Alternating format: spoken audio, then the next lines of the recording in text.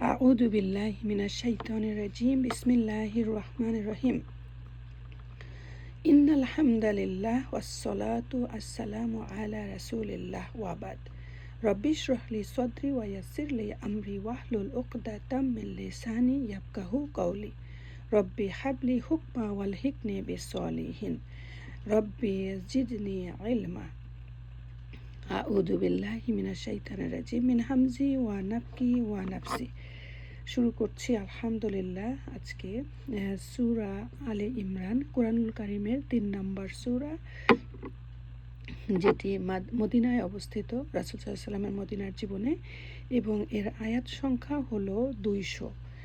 আর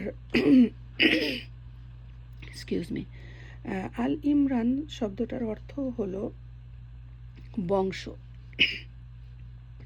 ইমরানের বংশ।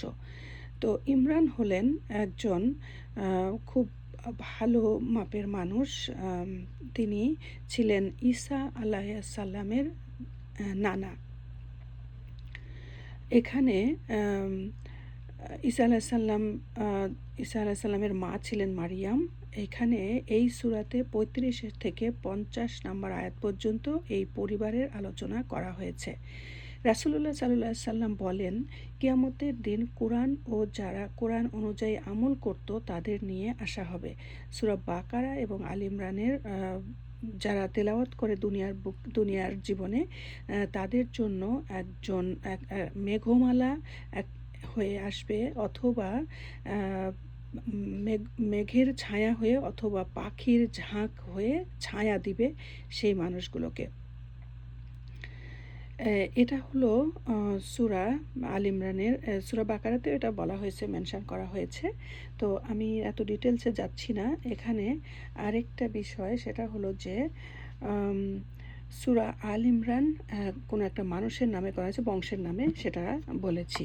তো এখানে 200টি আয়াতের মধ্যে আমি অল্প একটু সংক্ষিপ্ত পরিচিতি দেব শুধু। আয়াত বাই আয়া আমি করব না ইনশাল্লাহ।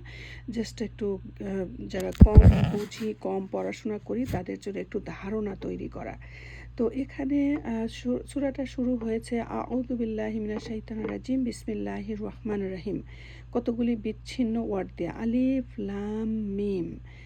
এই শব্দগুলো হলো কতগুলো, একে বলে হুরুফে মুকাত্তাআত, মানে কোনো কিছু শুরু করার আগে যেটা অ্যাটেনশন নেওয়ার জন্য করা হয় সেটা। তো এখানে আমি বলবো যে 7 নম্বর আয়াতে আল্লাহ সুবহানাহু ওয়া তাআলা মানুষের অন্তরে যে বক্রতা আছে, যেমন এই যে বিচ্ছিন্ন অক্ষর, কোরআনুল কারীমে কতগুলো সূরা তৈরি হয়েছে, শুরুই হয়েছে কতগুলো বিচ্ছিন্ন অক্ষর দিয়ে, যেমন ইয়াসিন, যেমন নুন, যেমন হামিম, যেমন আলিফ লাম র, যেমন আলিফ লাম মিম, যেমন সোয়াদ। এরকম অনেকগুলো সূরার শুরুটাই হয়েছে কতগুলো বিচ্ছিন্ন অক্ষর দ্বারা। তো এই সূরাটা এক্স্যাক্টলি এইভাবে। তো এই 7 নম্বর আয়াতে গিয়ে সেটা বলল যে কিছু মানুষ এই দুনিয়ার জীবনে এগুলোর অন্তরের রোগ আছে, তারা খুঁজতে থাকে বক্রতা, মানে এর অর্থ কি, এটার অর্থ এটা, আলিফ মানে আল্লাহ, এরকম অনেক উলটপালট কথা বলে। আসলে এগুলোর কোন অর্থ একমাত্র আল্লাহ সুবহানাহু ওয়া তাআলা জানেন, আমরা জানি না। হ্যাঁ, তারপরে 8 নম্বর আয়াতে আল্লাহ সুবহানাহু ওয়া তাআলা একটা দোয়া দিয়েছেন, সেটা হলো মুনাজাত, যেটা আমরা চাই এবং আল্লাহর কাছে আমরা এইভাবে দোয়া করতে পারি। সেটি হলো যে রব্বানা, 8 নম্বর আয়াতে বলছেন যে আল্লাহ সুবহানাহু ওয়া তাআলা বলছেন, রব্বানা লা তুযিগ কুলুবানা বাদা ইয হাদাইতানা ওয়া হাব লানা মিন লাদুনকা রাহমাতা ইন্নাকা আনতাল ওয়াহাব। কথাটা এত সুন্দর। আমরা যারা দিনের মধ্যে ঢুকে আবার দিন থেকে অনেক সময় অনেকেই বের হয়ে যায়, কারণ তারা নাকি ওরকম কিছু খুঁজে পায় না,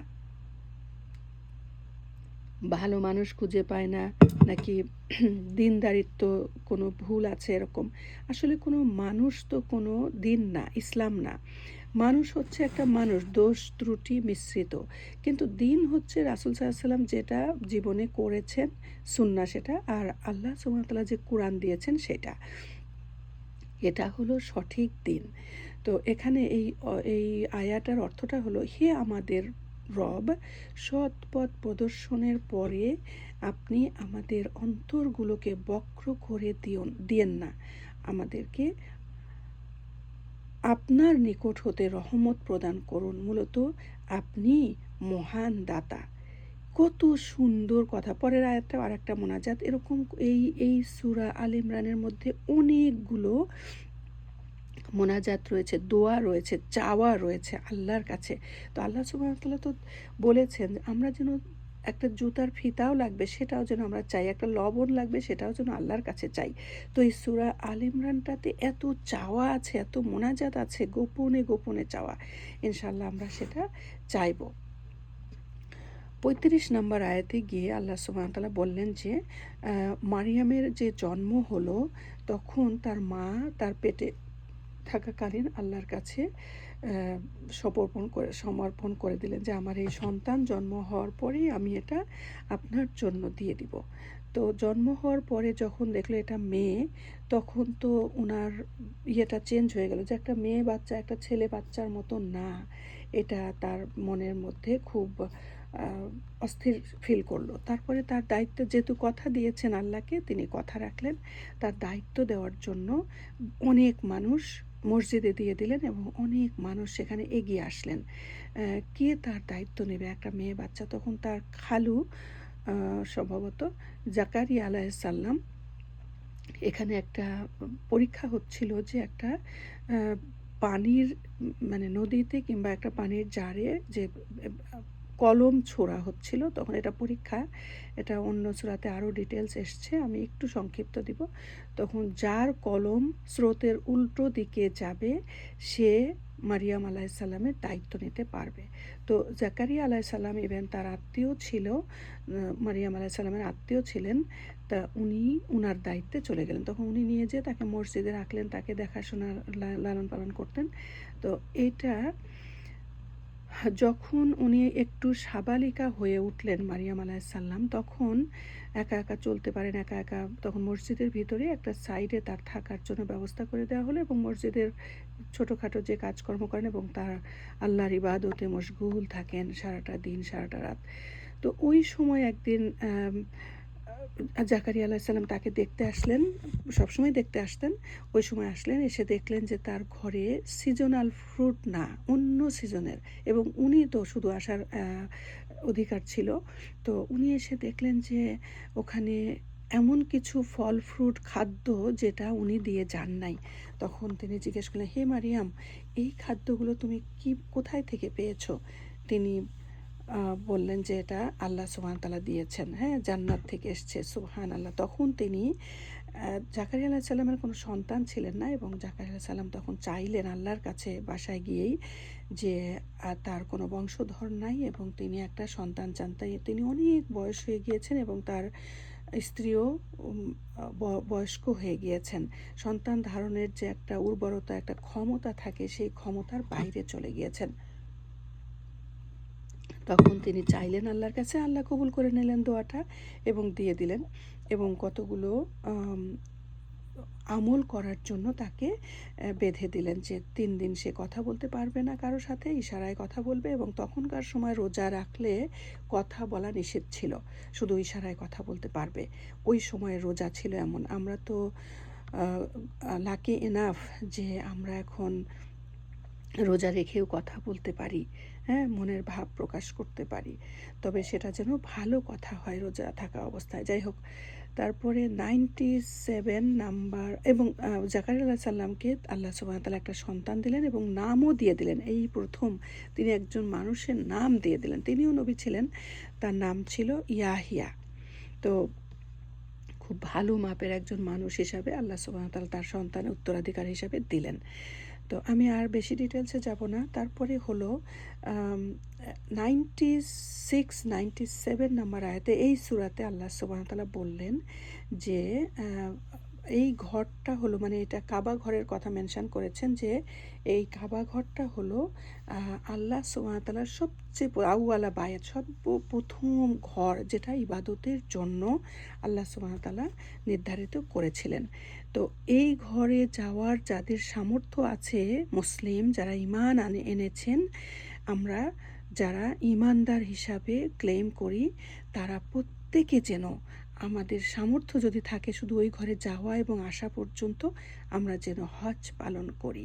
এটা আল্লাহ সুবহানাহু ওয়া তাআলা এই সূরাতে বলেন। এবং সেখানে ইব্রাহিম আলাইহিস সালাম, আমাদের মুসলিমের পিতা, তিনি যেই ঘরটা মেরামত করেছিলেন তার সন্তান ইসমাইল আলাইহিসসালামকে নিয়ে, তখন একটা পাথর লিফটের মতো কাজ করতো, এলিভেটরের মতো কাজ করতো। পাথরটাতে কোনো মেশিন কিংবা কোনো যন্ত্রপাতি কিচ্ছু নাই।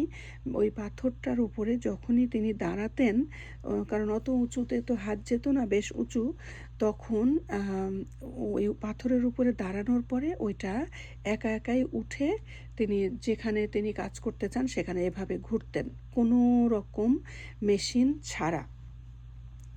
তো এই পাথরটা এখনও সেখানে সংরক্ষিত আছে, আল্লাহ সুবহানাহু ওয়া তাআলা সংরক্ষণ করে রেখেছেন। ওই পাথরটা সোনার খাঁচা দিয়ে ঘেরা আছে। ওই কাবার তোয়াফ করার জায়গাটার একটা জায়গাতে আর কি, সেখানে আমাদের তার আশেপাশে আমাদের 2 রাকাত সলা আদায় করতে হয় যখন আমরা উমরা কিংবা হজে যাই তখন।